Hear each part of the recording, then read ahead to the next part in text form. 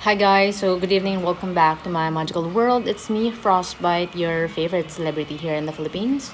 It's 7:27 in the evening right now, Tuesday, September 10, 2024. So we are going to continue reading. Medyo fast track lang tayo because I have to go to other place uh, tonight. So, ayan. We're on to page 35 and 36 of the book Mastery. I don't know if maybe I'm tired or something. My voice is just casual. Casual voice. Whatever, guys. So, ever since she was a child, she had pondered her own hands while she was playing tennis or the piano or while scribbling out math equations. The human hand was a miracle of design. Although this was not exactly sports, she would be working with her hands to construct the hand. Finding at last something that suited a larger range of her interests, she worked night and day on building a new kind of robotic limb, one that possessed as much as possible the delicate grasping power of the human hand. Her design dazzled Brooks. It was years ahead of anything anyone had ever developed. How are you guys? So it's Tuesday. Mondays is so busy, I wasn't able to see you. Feeling that there was a critical lack in her knowledge, she decided to gain an additional degree in neuroscience.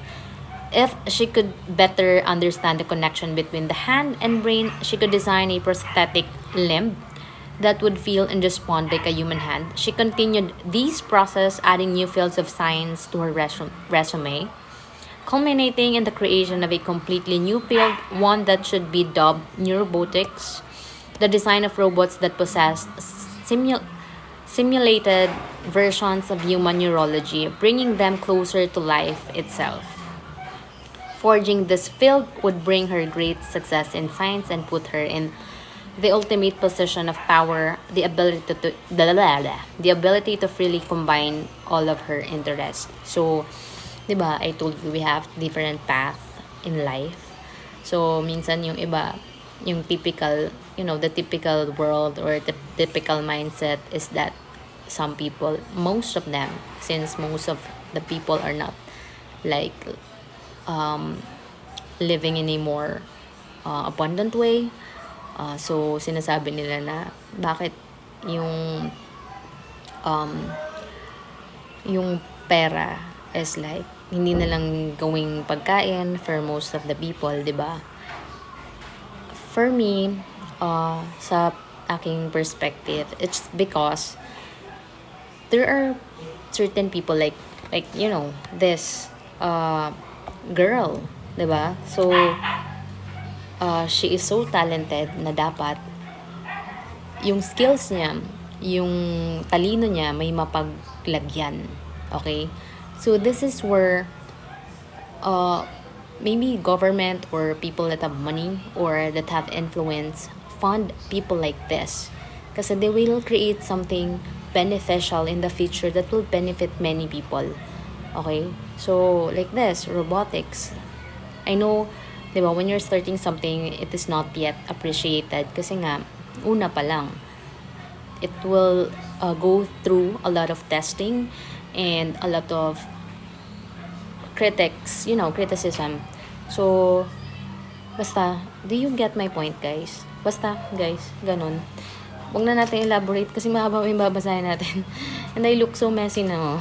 Kaya naglagay tayo dito ng something Christmas tree. Bare months na din naman. So the career world is like an ecological system. People occupy particular fields within which they must compete for resources and survival. The more people there are crowded into a space, the harder it becomes to thrive there. Working in such a field will tend to wear you out as you struggle to get attention, to play the political games, to win scores, resources for yourself. You spend so much time at these games that you have little time left over for true mastery. You are seduced into such fields because you see others there making a living, treading the familiar path. You are not aware of how difficult such a life can be. So, I think hindi na binavalue masyado ng mga younger generations right now yung hard work because maybe yung influence ng social media, like they can get things easily. So people like me, the millennials, we really value working hard and or hard work, you know, yung typical kasi doon talaga magbubungay. You have to exert something, effort.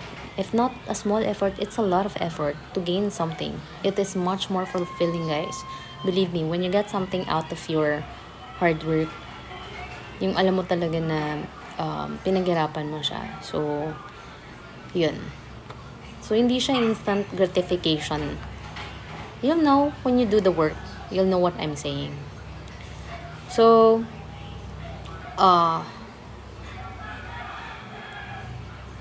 nawala ako.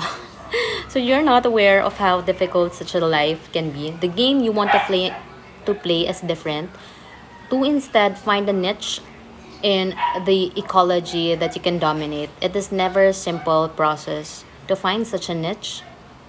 It requires patience and particular strategy. I-double check nyo nga guys yung pronunciation ko kasi busy ako always. Ha? Kayo na mag-check, double check.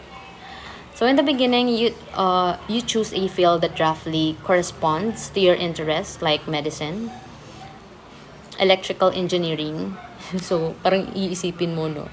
So there are actually people that are gifted with these gifts, diba? To make our living, most of the people lives, to make it really better. Pero what happened? Usually pinapapatay lang sila. Like the guy that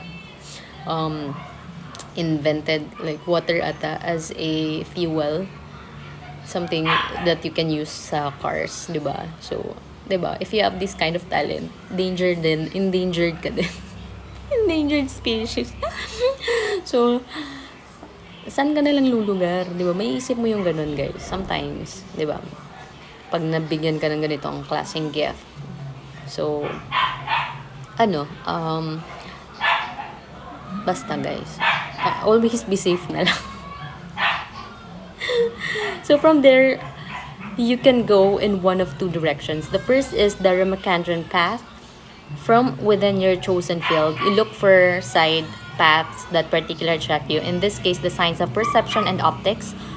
So naiisip ko lang guys, sorry ang daming segue. Naisip ko lang guys, kung hindi ka maging successful this lifetime, maybe sa reincarnation mo, if you wasn't able to finish your mission or your task in this lifetime, meron pa naman guys, huwag kayong mag-alala.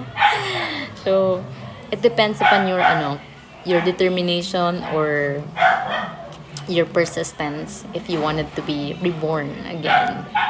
Tsaka sana din mo sa destiny mo. So, when it is possible, if you believe, you know what I'm saying? So, when it is possible, you make a move, these narrower field, you continue this process until you eventually hit upon a totally unoccupied niche. The narrower, the better. In some ways, the niche corresponds to your uniqueness, much as Ramachandran particular form of neurology corresponds to his own primal sense of feeling like an exception. The second is the Matsuka path. Once you have mastered your first, dali lang, kumalma. Your first field, which is robotics, you look for other subjects or skills that you can conquer. So, in her case, 'di ba, yung neuroscience, 'di ba, kumuha ulit siya ng isang study on your own time if necessary. Again, may different tayong timeline. So, guys, inaano ko lang, sinisegue ko lang yung mga things that I know. Pero I hope you really get my point. Okay? Point across, point reach ba? So you can now combine this added field of knowledge to the original one, perhaps creating a new field or at least making novel connections between them. You continue this process as long as you wish. In Matsuka's case, she never stops expanding. Ultimately, you create a field that is uniquely your own. This second version fits in well with a culture where information is so widely available and in which connecting ideas is a form of power. In either direction, you have found a niche that is not crowded with competitors Ayan. Saan na tayo? Nawala na tayo. You have freedom to roam, to pursue particular questions that interest you. You set your own agenda and command the resources available to this niche. Unburdened by overwhelming competition and politicking, you have time and space to bring to flower your life's task. Yun nga, yung unique path mo. Kasi, believe it or not, meron tayo nung lahat. It's your job to look for it, to find it, to know it. Diba? So, trabahuin nyo. Okay? Number three na tayo guys. Avoid the false path. The rebellion strategy. In 1970, the age of 4, Wolfgang Amadeus Mozart took up the piano under his father's instruction. It was Wolfgang who asked to start lessons at this precocious age. His sister, age 7, had already started on the instrument. Perhaps it was partly out of sibling rivalry that he had taken such initiative, seeing the attention and love that his sister received for her playing and wanting it for himself. So parang ano siya, gaya-gaya, something like that. So after the few months of practice, his father Leopold, a talented player, composer, and teacher himself, could see that Wolfgang was exceptional. Most strange for his age, the boy loved to practice. At night, his parents had to drag him away from the piano.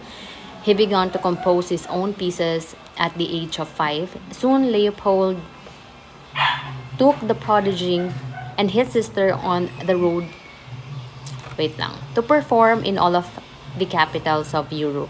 Wolfgang dazzled the royal auditions for whom he performed. Hindi ako guys at ease sa aking position ngayon. Kasi basta hindi siya maayos. So, bear with me.